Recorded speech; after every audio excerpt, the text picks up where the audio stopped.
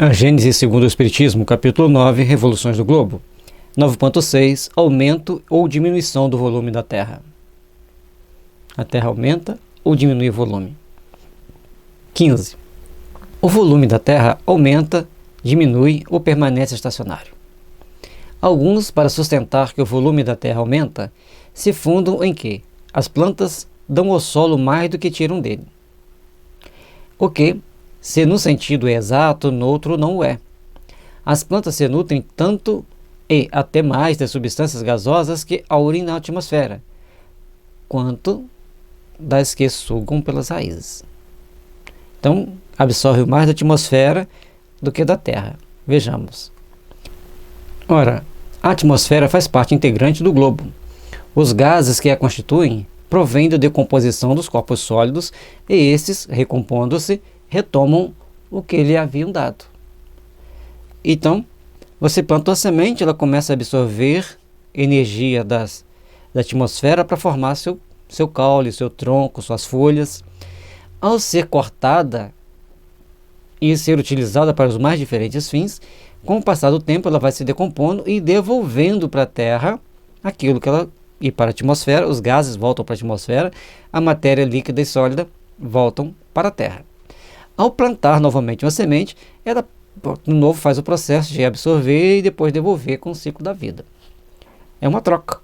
Ou antes, uma perpétua transformação, de tal sorte que, operando-se o crescimento deles, com o auxílio dos elementos constitutivos do globo, os despojos dos vegetais e dos animais, por muito consideráveis que sejam, não lhe aumentam de um átomo a massa. A massa da Terra é constituída da sua parte sólida, líquida, gasosa. E isso vai continuar por muito tempo, mas nem sempre para sempre. Se por essa causa a parte sólida do globo aumentasse de modo permanente, isto se daria à custa da atmosfera, que diminuiria de outro tanto e acabaria por se tornar imprópria à vida, se não recuperasse, pela decomposição dos corpos sólidos, o que perde pela composição deles. Então, se não houvesse essa troca, a atmosfera ia diminuir e a nossa vida não seria mais possível aqui na Terra. Teria que ter uma vida diferente da que nós temos hoje. Na origem da Terra, as primeiras camadas geológicas se formaram das matérias sólidas, momentaneamente volatizadas por efeito da alta temperatura, e que, condensadas mais tarde pelo resfriamento, se precipitaram. Incontestavelmente, elas estavam um pouco à superfície do solo.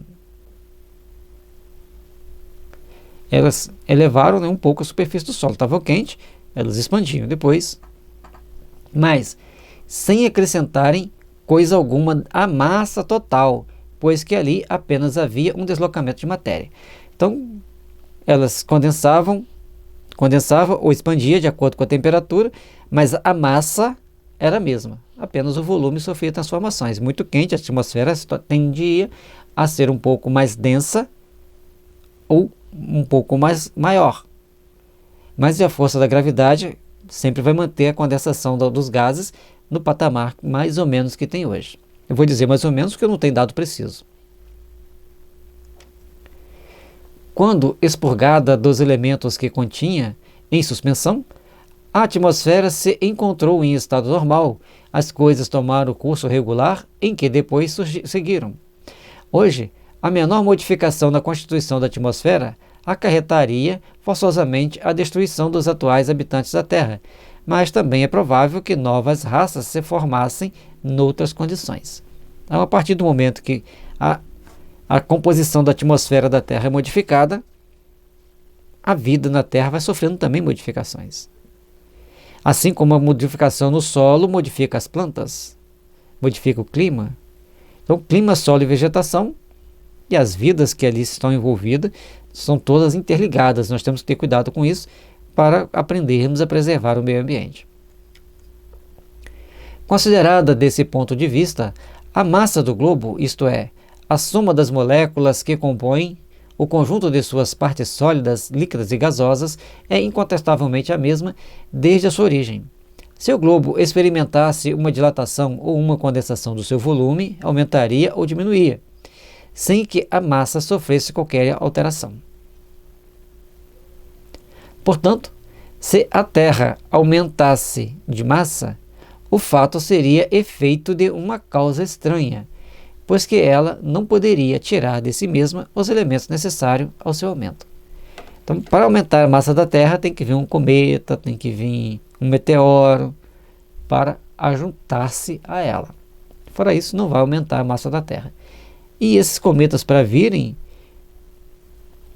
com a entrada da atmosfera, eles começam a queimar, e às vezes ele chega lá no espaço com 100 toneladas, chega aqui embaixo com 10. Ou chega lá com 10 toneladas, chega aqui embaixo com algumas gramas.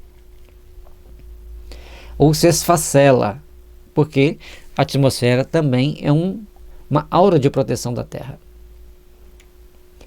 Há uma opinião segundo a qual o globo aumentaria de massa e de volume pelo fluxo de matérias cósmicas interplanetárias.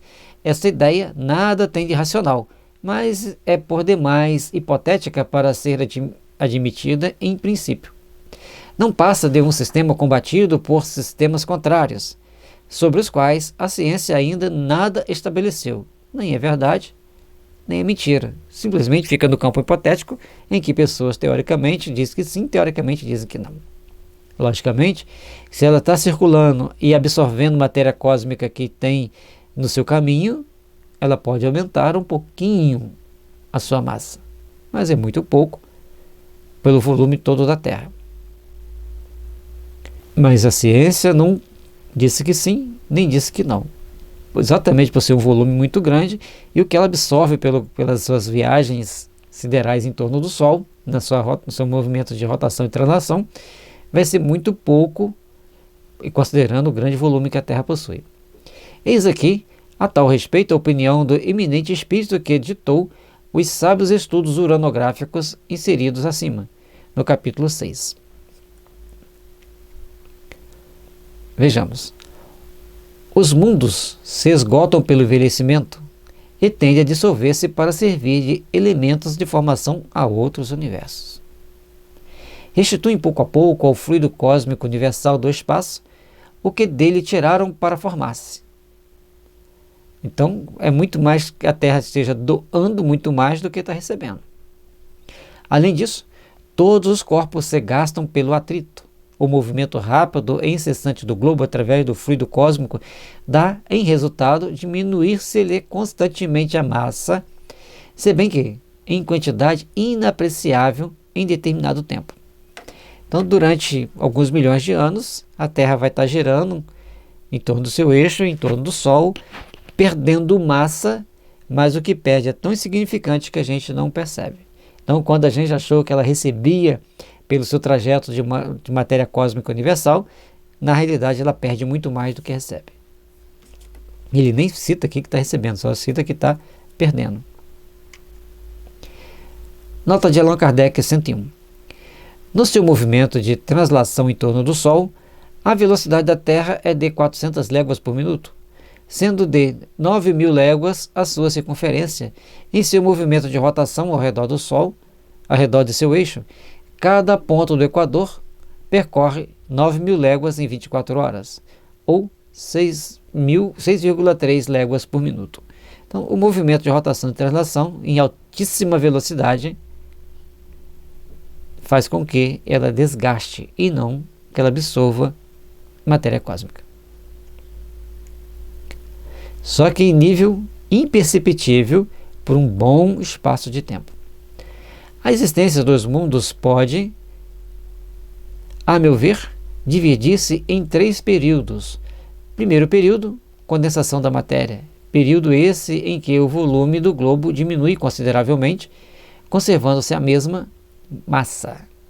Então, no período que ele está se condensando, a matéria vai se condensar, ele vai diminuir o volume, mas mantém a massa.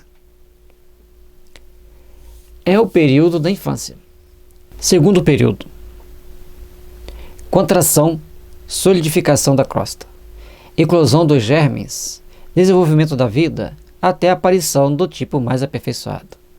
Então, nessa segunda parte, ela vai começar a oferecer condições para desenvolver a vida, até que surge aquele ser mais aperfeiçoado, que no caso da Terra é o ser humano. Nesse momento, o globo está em toda a sua plenitude. É a época da virilidade. Ele perde, mas muito pouco, dos seus elementos constitutivos. À medida que seus habitantes progridem espiritualmente, ele passa ao período de decrescimento material. Sofre perdas, não só em consequência do atrito, mas também pela desagregação das moléculas. Como uma pedra dura que, corroída pelo tempo, acaba reduzida a poeira. Em seu duplo movimento de rotação e translação, ele entrega ao espaço parcelas fluidificadas de sua substância, até o momento em que completa a sua dissolução.